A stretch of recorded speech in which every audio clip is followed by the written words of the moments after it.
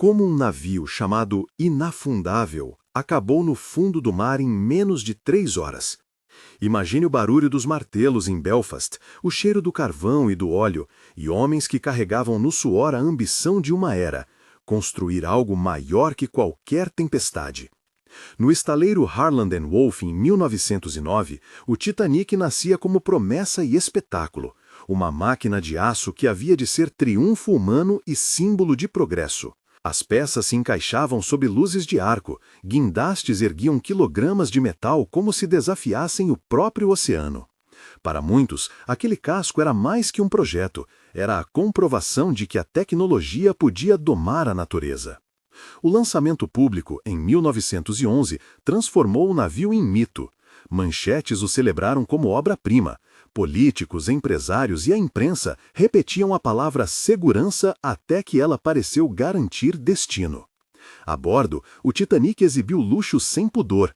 Salões revestidos de madeira polida, escadarias com lustres de cristal, atendimento que transformava serviço em cerimônia. Ao mesmo tempo, nos porões e corredores da terceira classe, famílias esperavam não glamour, mas oportunidade, e carregavam a mesma fé de que o mar seria apenas estrada, não julgar.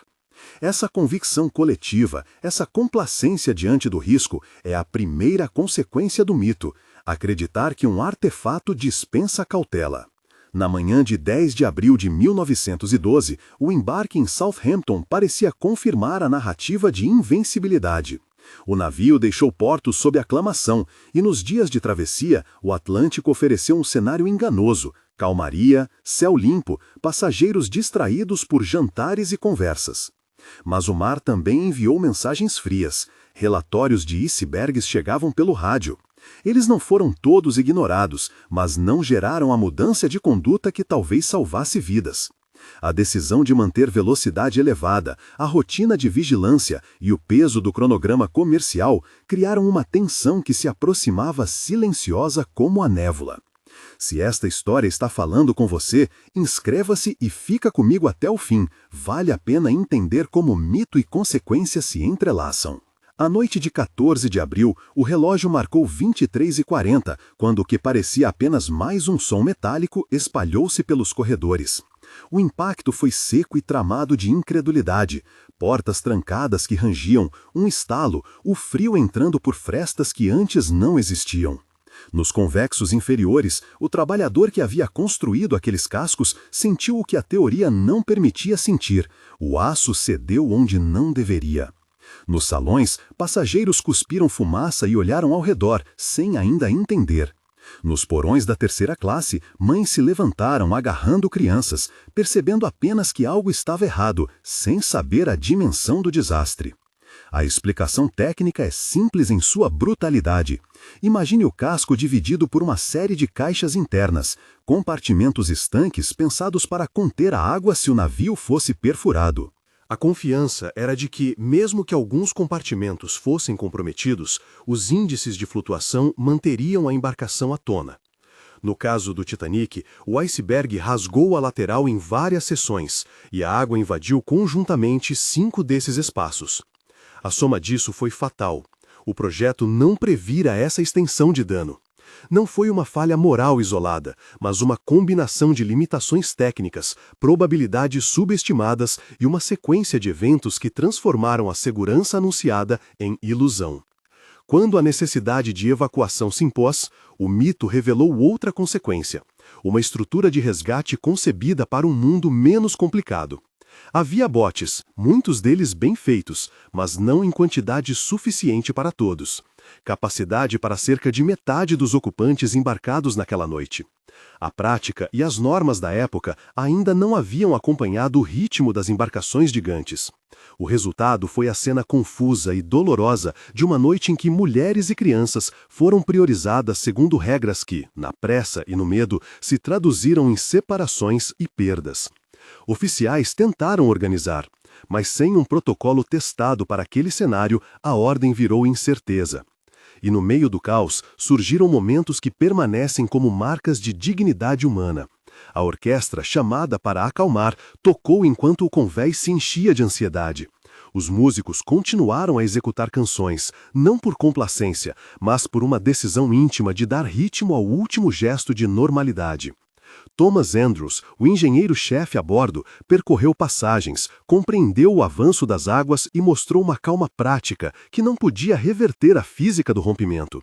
O capitão Edward J. Smith, figura respeitada e ponderada, enfrentou a impossibilidade de um desfecho diferente com a autoridade que lhe cabia. Foram rostos e atitudes que atestam coragem, tentativa e, em muitos casos, amor silencioso diante do inevitável. O afundamento do navio não foi um instante único, foi um colapso em etapas. A proa baixou, as luzes aleatórias piscaram, o aço gemeu e, por fim, o casco se partiu. Ao romper-se, o navio que parecia desafiar o oceano dobrou-se sobre si mesmo. A noite fria do Atlântico recebeu as últimas figuras que se afastavam em botes e então o silêncio. Amplo, escuro e punido por um frio cortante, tomou o lugar do brilho das lâmpadas do saguão. Ao amanhecer, a linha do horizonte trazia apenas destroços, chapéus e malas flutuando. Imagens que seriam repetidas em jornais e memórias por décadas. A chegada do RMS Carpathia trouxe socorro, mas não reversão. Dos cerca de 2.200 a bordo, algo em torno de 705 pessoas foram resgatadas. Mais de 1.500 perderam a vida. Números que hoje usamos como peso histórico e que, em sua frieza, não capturam o tamanho das histórias pessoais enterradas naquele frio. As consequências imediatas foram regulamentares e práticas.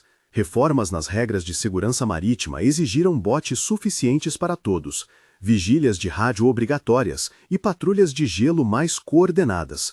Instituições aprenderam, e a indústria, que antes celebrava o inafundável, passou a encarar com sobriedade os limites da tecnologia.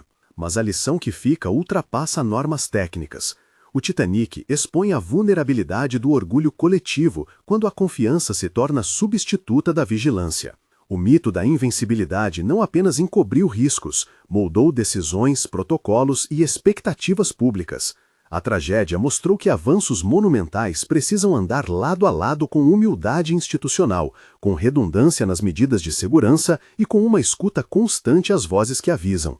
Também expôs desigualdades. Luxo e esperança não garantem a mesma sorte quando o desastre chega. A memória coletiva, por sua vez, transformou-se em cuidado. Monumentos, investigações e narrativas que lembram não só quem morreu, mas o que se fez de errado para que outros não repitam. Ao fechar esta história, resta a imagem simbólica que atravessa o tempo.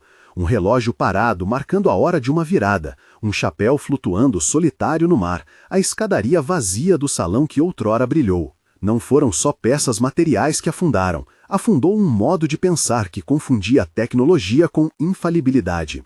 Hoje, quando olhamos para o Titanic, vemos ao mesmo tempo um prodígio da engenharia e um aviso. A responsabilidade que nasce da ambição é tão necessária quanto a ambição em si.